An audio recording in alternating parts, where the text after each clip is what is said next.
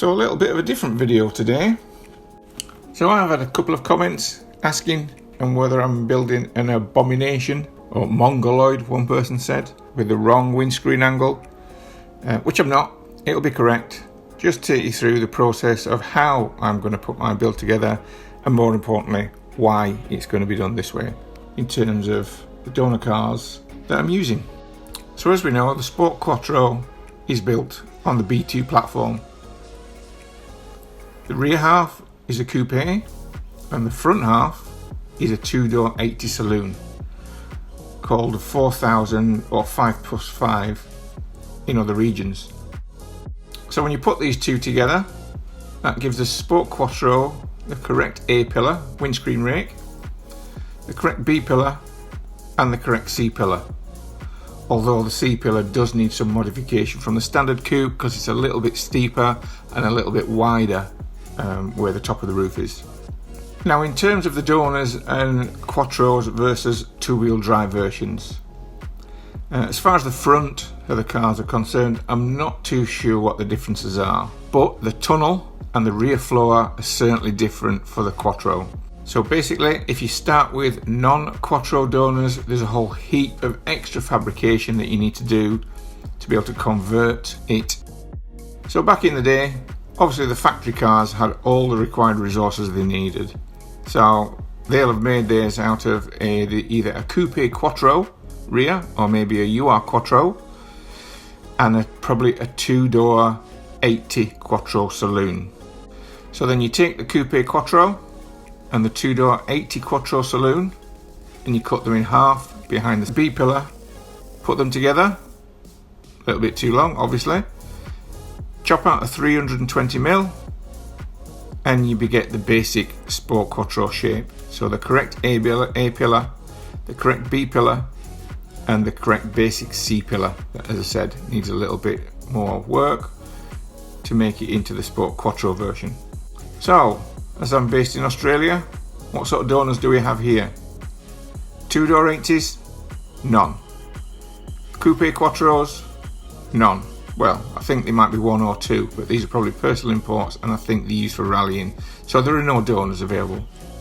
Now there are a handful of UR Quattros here, but they are mega expensive, so they're certainly not donor material. So, pretty screwed, hey? No donors here. What to do? Now, there is an alternate way of producing the Sport Quattro. Again, we get the Coupe Quattro, we shorten it by 320mm, so this basically gives us a full Quattro floor pan from a single donor car.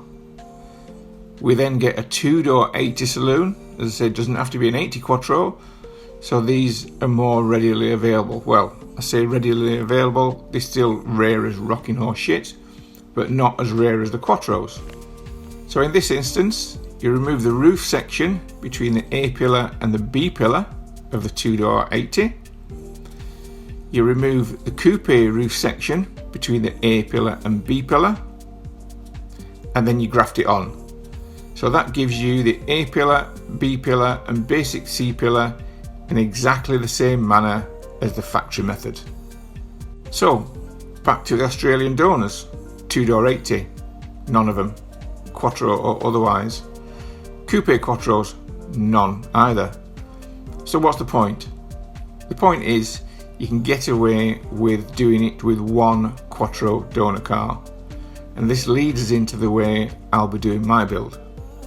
So alternate 2. Again, you get the Coupe Quattro, shorten it, and again full Quattro floor pan from a single donor. Then you get a 4-door 80 saloon, which again doesn't have to be a Quattro, as we have the Quattro floor pan already. Again, remove the section between the A pillar and the B pillar. Remove the coupe section between the A pillar and the B pillar and graft it on. Ah shit, that doesn't work, eh? Well, clearly it doesn't, but we can make it fit. We can move the B pillar back and extend the roof. So job done. A pillar, B pillar and C pillar. Well, unfortunately not. There is some variance in the angle and the width of the 2-door and 4-door B-pillars, as you can see. So why on earth would I go down this route? Back to the donor cars. So this time 4-door 80. Yes, we do have these here. They're still pretty rare, but there are some about. Well, still no coupe Quattros, but as you already know, I've imported one. So we do have the basic donors required. It's a start. But still, why all the extra work? What a load of arsing about. Well, if you consider the cost of importing a second donor car versus just sourcing a roof here, you can probably pick a 2-door 80 up for 5,000 euros ish. That's 8,500 Australian dollars. Add import costs, add duty and fees. I'm looking at about 15,500 Australian dollars. That's a lot. Compare this to sourcing the roof section from one here. Well, I have, and this is it. It cost me $650, and it's probably going to cost me $1,000 to get it shipped to me. So, in the region of 14k difference. Why wouldn't you? It's much better use of the budget that I have. So that's how I'm building mine and why I'm building it in this way.